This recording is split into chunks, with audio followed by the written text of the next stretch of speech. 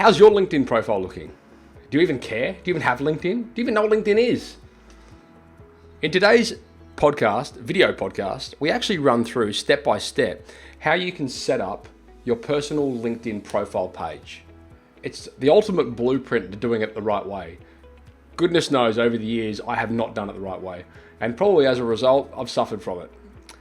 But it's important that you guys understand that as much as you think you shouldn't be on LinkedIn, or it may not be necessary for you, or it may not be the right tool or the right vehicle, it's still important to claim your real estate. And it's still important to have your profile page built out the right way. You never know what could come from it, and it will literally take you 30 minutes to do. It's well worth it. So guys, enjoy this podcast. If you're listening to this, head across to thesiteshed.com, find the page and watch it, because we actually go through a screen sharing of how to set it up the right way, and we talk about the different elements right through the page. It's very useful, and it comes equipped with a blueprint and a framework on that you can download, so you can actually set it up and follow it and set it up yourself. It's very powerful. Anyway, guys, I hope you enjoy this. I'd love to hear your experiences on LinkedIn profiles, so please post them in the comments here so I know. It's really interesting to see over the years how LinkedIn's shifted from the typical white collar sort of style member, if you will, across now to where I'm seeing so many blue collars, the workforce from tradies and all this kind of stuff that are really taking advantage of the amazing platform that it is. Guys, please enjoy the show. I hope you do. I look forward to hearing your comments. That's all from me. Let's jump right in. Today's podcast has been proudly brought to you by Tradie Web Guys. Tradie Web Guys work with tradespeople only on their websites and marketing solutions to help them stand out from their competition. Everything from web design through to SEO, search engine marketing, content creation, you name it, guys. It is a customized solution for trade-based organizations, and it's fantastic. Head across to tradiewebguys.com.au/apply, fill in the form, and let's have a conversation. Giving tradies and contractors around the globe the tools to run a modern business. You're listening to Toolbox Talks from the Site Shed. Now here's your host, Matt Jones. Jake, welcome to the Site Shed podcast. Hey Matt, how you going? Great to be here. How you doing? Yeah, really good, thanks. All the way from Thailand at the moment. That's right, yeah, Chiang Mai, Thailand, up north. Wow, lovely. Sounds like a tough nomadic lifestyle you're living there. I'm not complaining.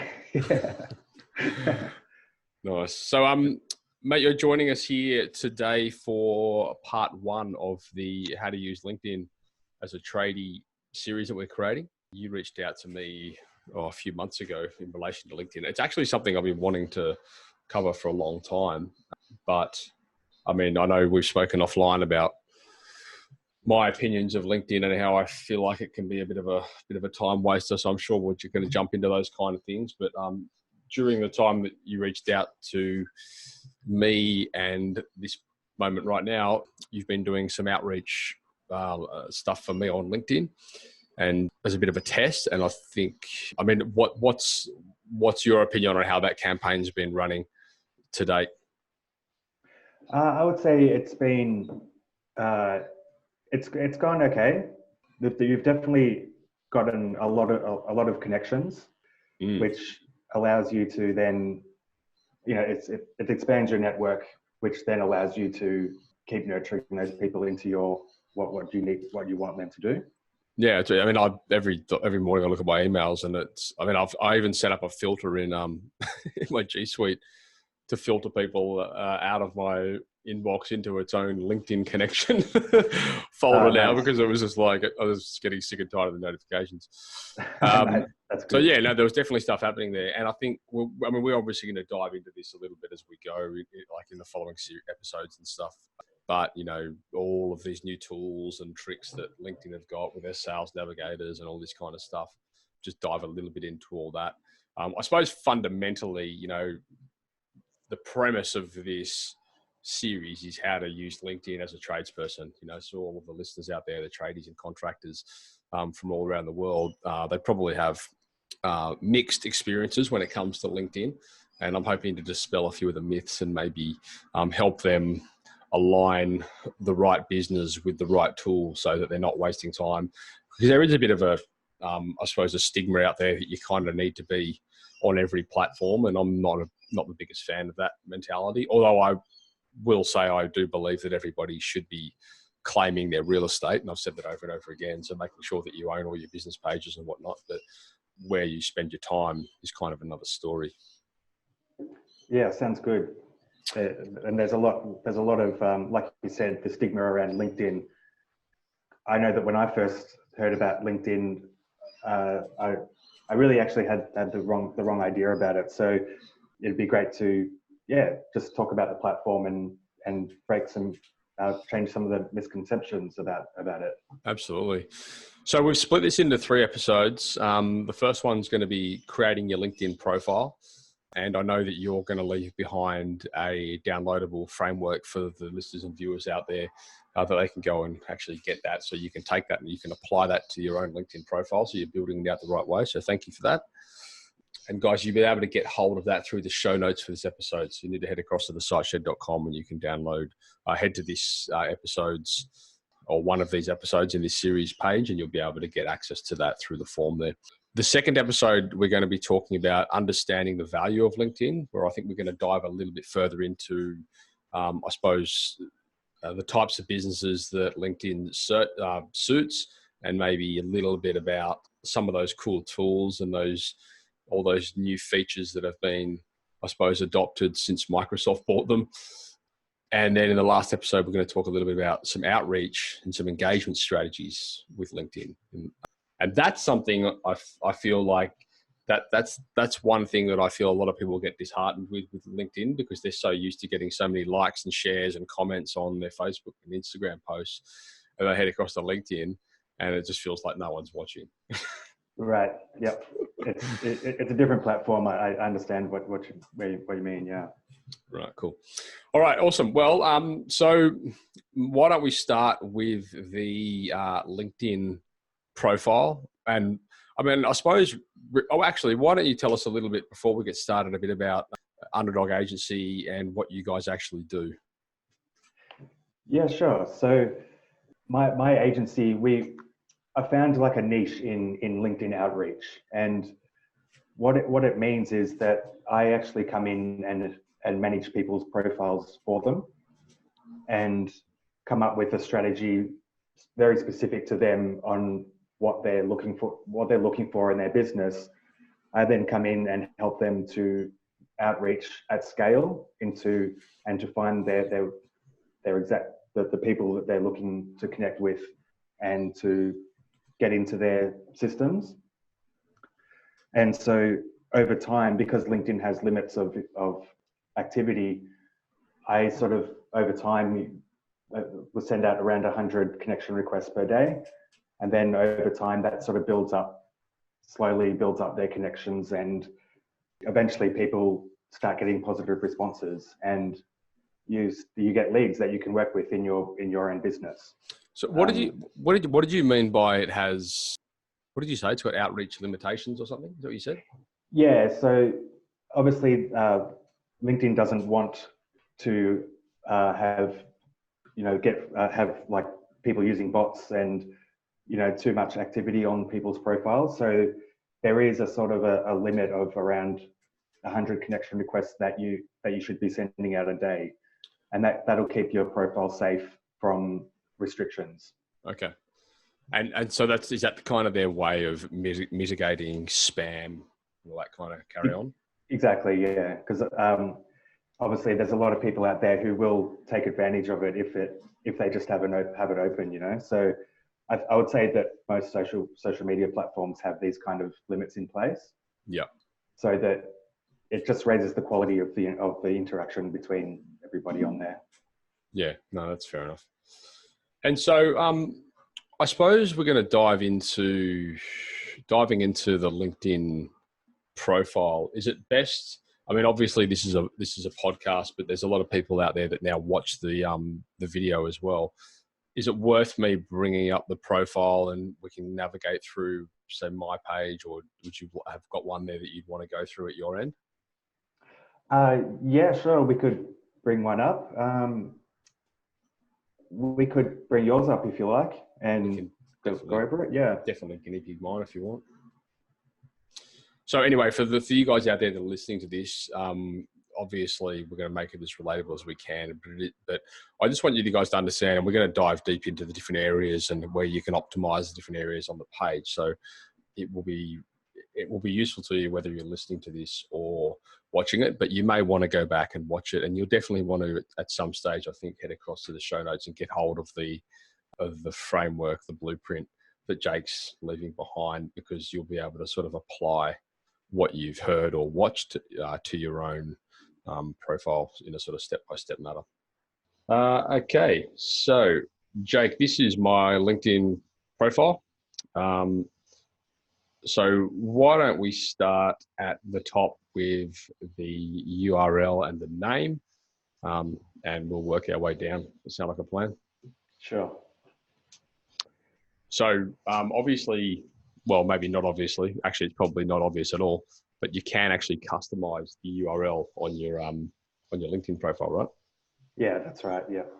So for you guys out there viewing, or if you can't quite see on the visual there, that the top of the LinkedIn profile is actually linkedin.com/MattJones1981. So that's kind of my handle across all my social and stuff. But I've customized that instead of being a number of letters.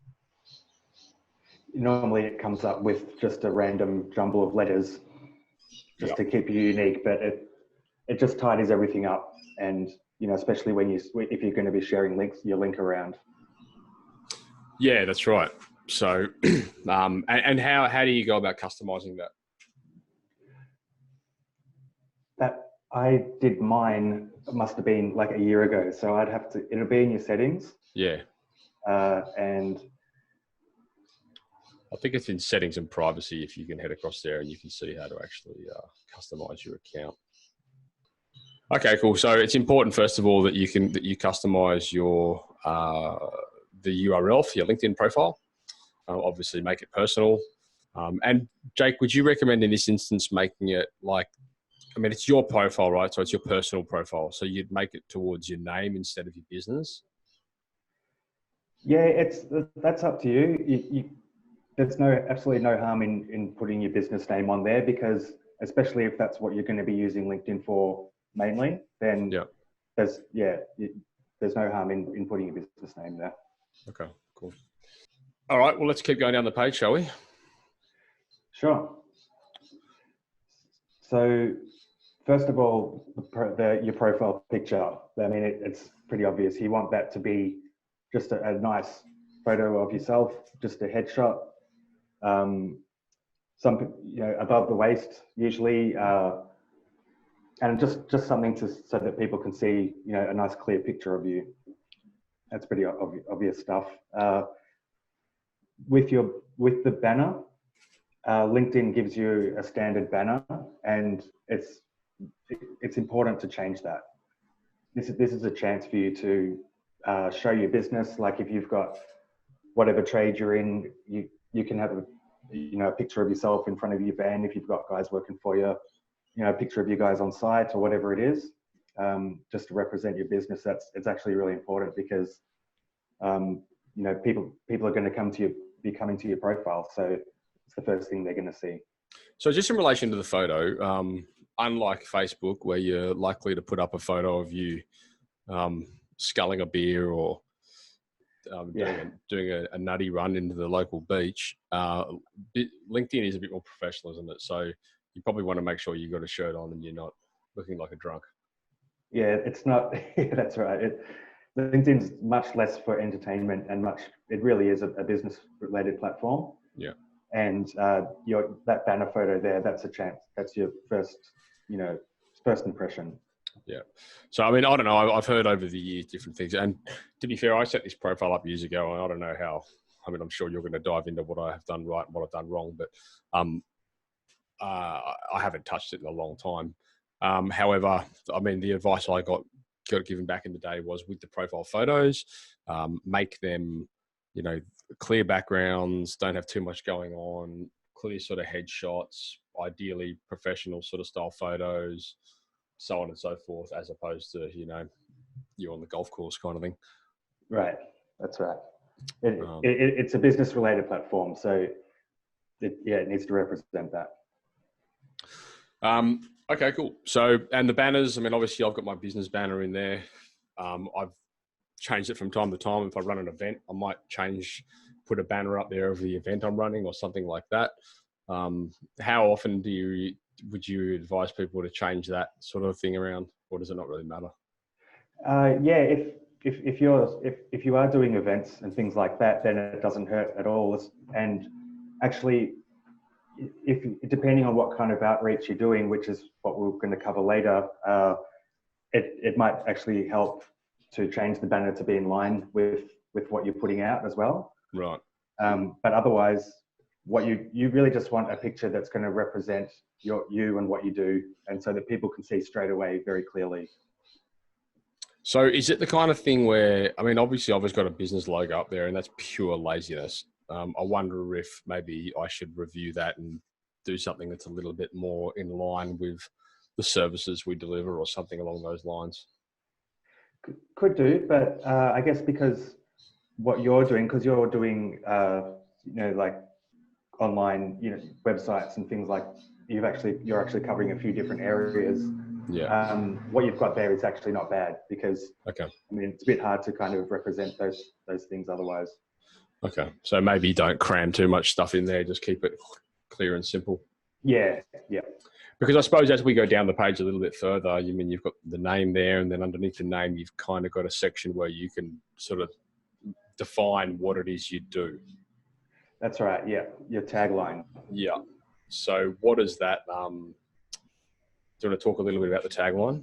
Yeah, sure. So the tagline is also really important because this is your chance to really explain what you do in a nutshell, and it actually appears all across LinkedIn. So when you send a connection request or when you send messages, your tagline actually appears under your picture and under your name, like all across LinkedIn. So it's important that you can word it in a way that's very succinct and gets it across very, very easily.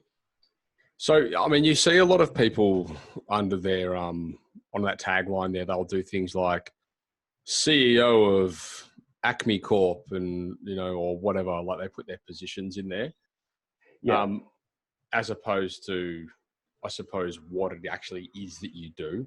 Because does anyone really care if you're the CEO of, Acme Corp? Like, no. Right. That's really just, it's kind of just expected that I say it all the time.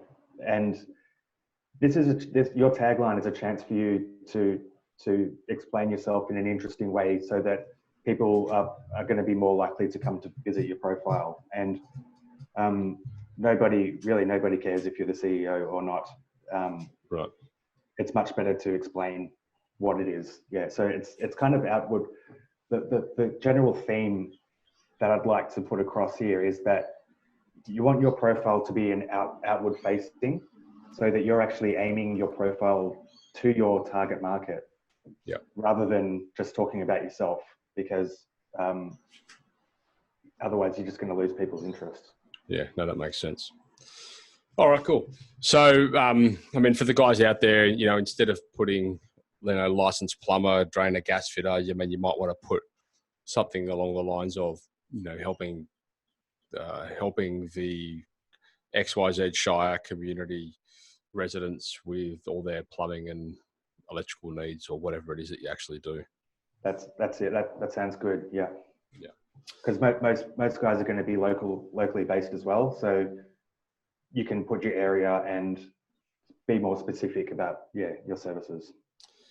There's an opportunity there to put obviously things in relation. I mean, there's links to your contact details. There's how many connections you've got. Is connections an important thing? Not necessarily. It shows up to 500. So once you get past 500 connections, it doesn't really matter anyway. Okay. And I guess that as long as you're presenting yourself professionally, it's not hugely important. You're going to want to start building up your profile to have more than 30 connections. So yeah, if you've got a few hundred, that's fine. Because I must admit, like, I'm at the stage now, and although you've been doing a lot of the outreach for me, like I still jump in there occasionally, and I just get people that I just don't want to connect with them. You know, they send me these long-winded messages about why we should connect, and I'm just like, delete. I feel like I let more out than I block more than I let in. Sure, yeah, that's right. It does happen. I suppose we'll get to that in the episode where we're talking more about the outreach side of things. Yeah, for sure. And so it does give you the opportunity here to showcase trainings and things that I guess that's a business page, right? Or something. Yeah, so that's where it would have your company page that it links to your company page next to that. Okay. So we'll get to that in a little bit once we get through this profile, because I think that's maybe a bit of a grey area, people not understanding the difference between their personal profile and then their company pages, and why, or if you need both.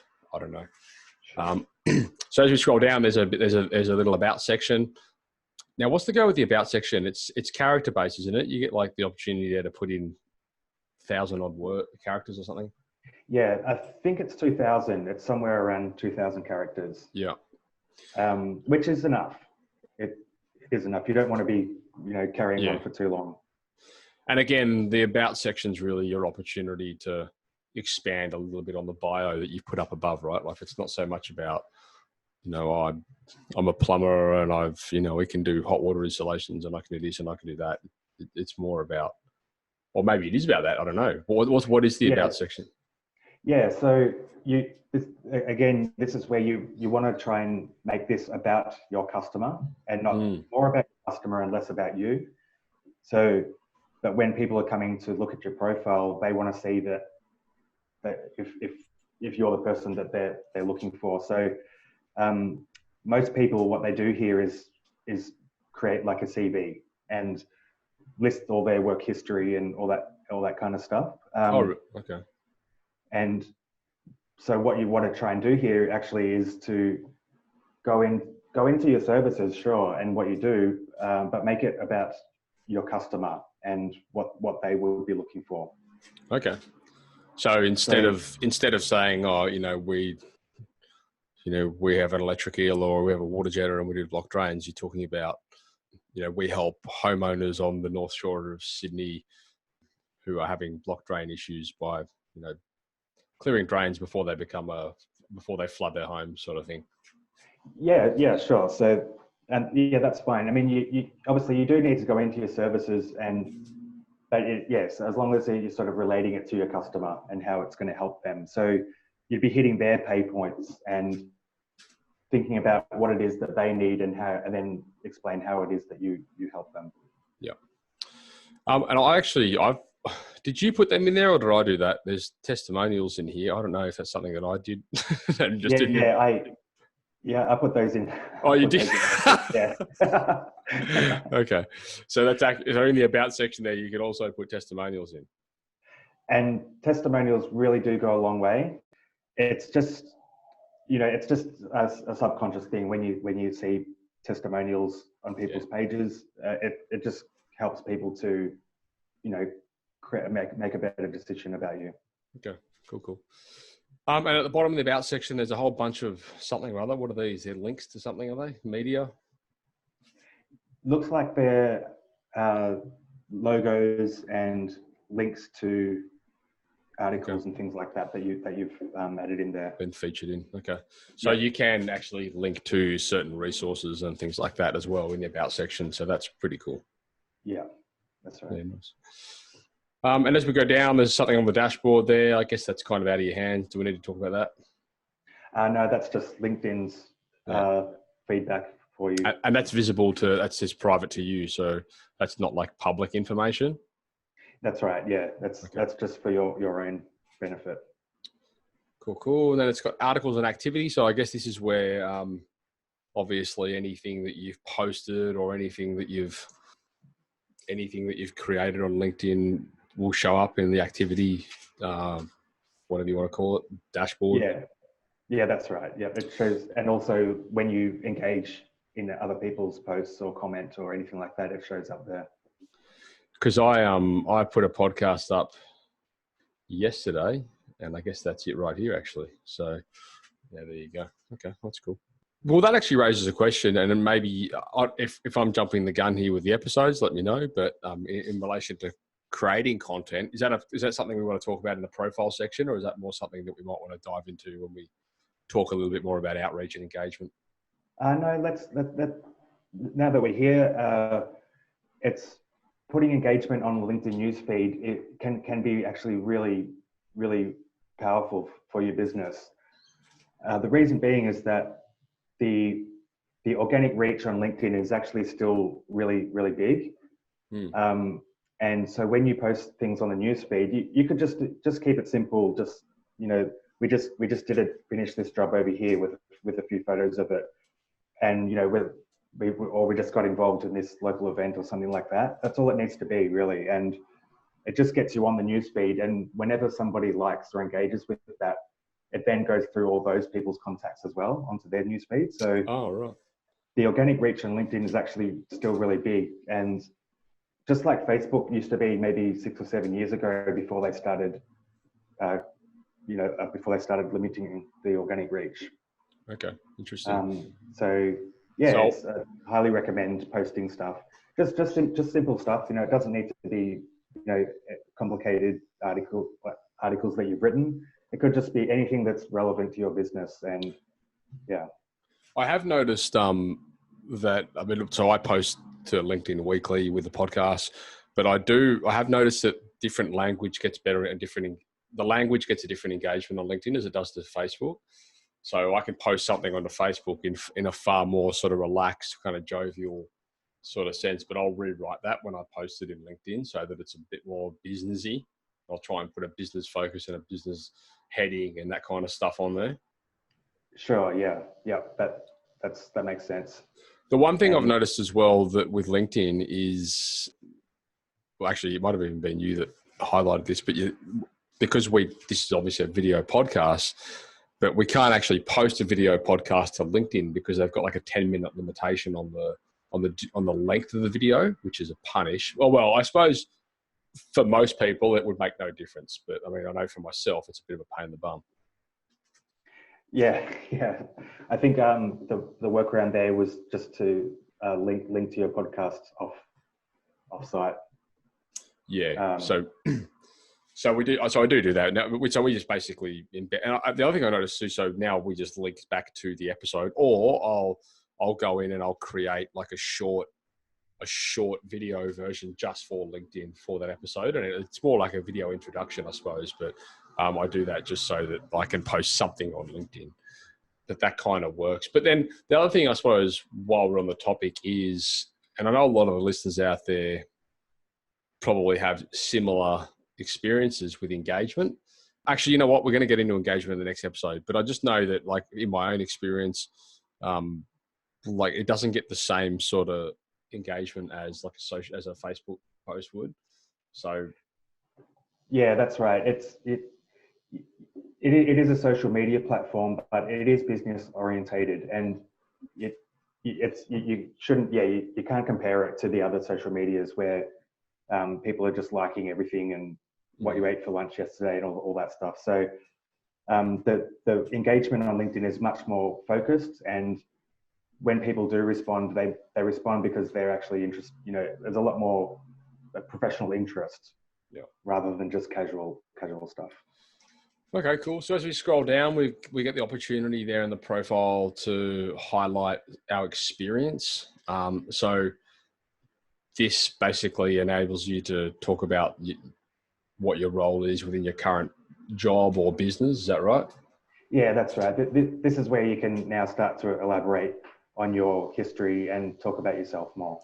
I think what's cool about that is you don't necessarily have to, you can be like I am here, I work within three businesses and I can show all of them. It's not like just the one. It's not like, oh, where do you work? What's the place you work? Like, you can actually talk about all the different places you work at, which I think is pretty cool. Yeah. And you can have multiple things running at once, and it's a chance for people to really check you out. And then you can also talk about your past experiences and jobs that you've had and all that kind of stuff. So it's pretty cool. Yep. Sorry, go. Yeah, sure. No, that's fine. Yep. I was going to say, then we've got a section there where we can talk about our education. Do you find, well, I suppose going back up to the experience and the education section, do you find that it's an opportunity there to put things on your profile that are relevant to the job that you're at the moment or the position that you hold currently, as opposed to, well, you know, I did a paper run when I was 16, like all that kind of crap? It's really up to you. You can go back as far as you like. I would generally keep it relevant to what you're doing now. But in saying that, though, obviously everyone's different, and some of your work history might, to show what, even if it's not relevant to what you're doing now, it might help you. Just people get to know you a bit better if they're actually looking at you. Yeah. So I mean, obviously, putting a teenage job down there probably is not going to help. You know, like as soon as when you enter the adult workforce, there's no harm in putting everything down. Yeah. Okay. Yeah, I suppose it's those little things sometimes that employers will look for, isn't it? It's like, oh, look, they worked at McDonald's when they were kids, so they understand systems. Perfect. Yeah. And I mean, you know, that's, like I said, everyone's different. So yeah, just fill out your profiles as much as you can. So as we go down the page, there's a section here which talks about skills and endorsements. So I'd love for you to dive into the skills and endorsements things, because I've heard mixed reports over them over the years, and different people saying, you know, you should cull back a lot of the endorsements so that people can only recommend you first and boost the ones that are important to you up, as opposed to just being random endorsements for things that you make of no relevance. Sure. Yeah. Is that a good strategy? Yeah, sure. It's this section here. This is where you can go onto other people's profiles and say that, yes, this person is actually good at this skill, and anybody can come onto your profile and endorse you. And so you can manage it however you like. You know, it's if there's skills on there that people are endorsing you for that you might not necessarily want them to be the most prevalent skills, then yeah, absolutely, you can take those off. Because I thought, I was told, and I don't know if it's relevant anymore, but like people endorsing you for certain things, it kind of dilutes some of the ones that you really want. So, you know, for example, marketing and SEO, web design are things that are important to me for endorsing. And you can see there's quite a lot there. But, you know, I know at one point there was, you know, all this crazy stuff on there, you know, like project manager, or maybe not even project manager, but there's things that weren't relevant. And I was like, okay, like, I don't really want that on there. Like, it doesn't really make any sense. So somebody said, cull it back to 5 and just try and keep them in there. Yeah, it makes sense to do that, because otherwise they're not actually going to look at the skills. They're just going to see a long list of all, you know, it's not going to really mean anything if you've got 20 different skills on there. Yeah. Now, what's the deal with recommendations? I mean, recommendations, I suppose, for the listeners out there are kind of like reviews, right? Or like credibility statements from other people, I guess, recommending you. Yeah, they're similar to the testimonials. It just gives people, it's just that sort of social proof that, you know, there is actually someone vouching for you, and that you have worked with people, and that you're not, you know, that you're more trustable, I guess. It's like a trust and social proof. And do they have reach? Like, does anyone see, like, who would look at this? I mean, yeah, once you start getting further down the profile, I mean, really, it is important to fill your profile out, but to be honest, like once you start getting further down, people just, not a lot of people are going to be checking this stuff anyway. So, I mean, it's good to have there, obviously, but it's not something that gets sent out into the platform or anything like that. It's literally just sitting on your profile for people who are actually scrolling down that far. So even if you get a new recommendation, it won't get sent out on your profile. It's just basically people will have to come scroll down the page to find it. That's right. Yeah. It just really. Yeah. It's just passive on your profile. Yeah. Interesting. Seems like a bit of a waste of time, doesn't it? But maybe it's not. I don't know. I guess So LinkedIn's the way it was originally set up was for recruitment and for job hunting.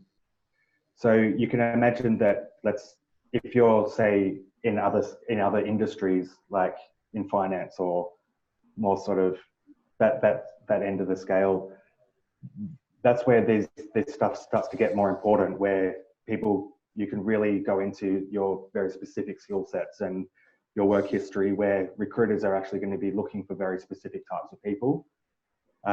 That's why they have all these things down the bottom to get more specific. So in the trades world, in the trades industry, this stuff becomes less important. Okay. Well, I suppose. I mean, I know we're definitely going to get into this in following episodes, but LinkedIn does kind of suit different types of businesses over others. However, I suppose I think fundamentally, it's important that people do set up their profile the right way, because again, it's a digital asset which can highlight a certain level of professionalism. And although, to be honest with you, I've set this up and I haven't touched it in years beyond you're the first person that really jumped in there and did stuff to it. So I haven't really done much to it, but there's quite a decent following there. I do post to it, I suppose, regularly, which is maybe a little bit different to a lot of the listeners and viewers out there. They're like, well, I install hot water heaters. I'm not going to be posting that to LinkedIn. I suppose it comes down to who you're trying to reach, doesn't it? Yeah, that's right. Yeah, it wouldn't make sense for a lot of, especially just sort of smaller local guys, that you don't need to be constantly posting on here. But it just means that if people go to look for you and see that you're all set up properly on LinkedIn, it just gives you that extra social proof. Yeah.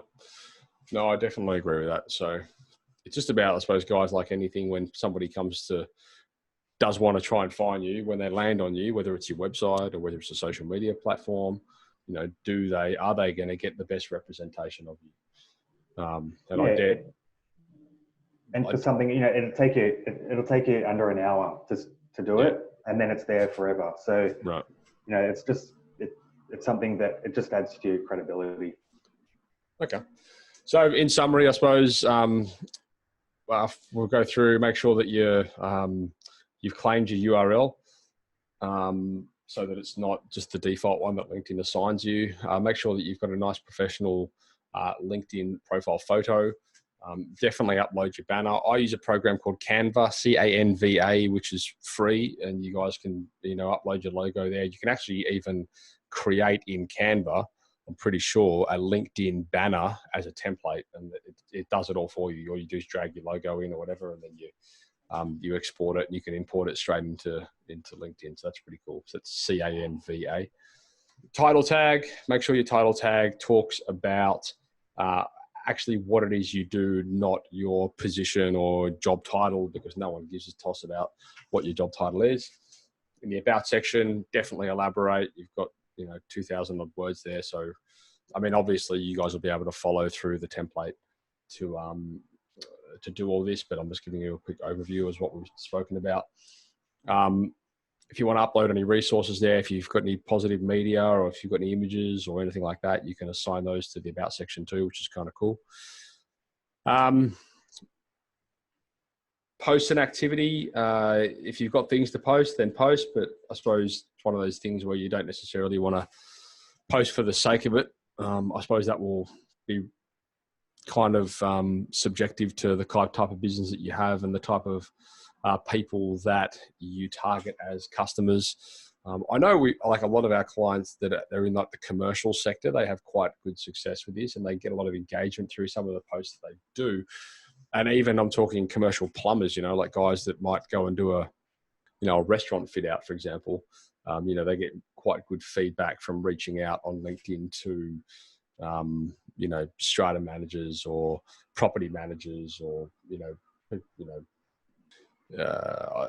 like Westfield managers, that kind of thing, commercial property managers and things like that. So I suppose it is relevant to get in there and create content if it serves your audience.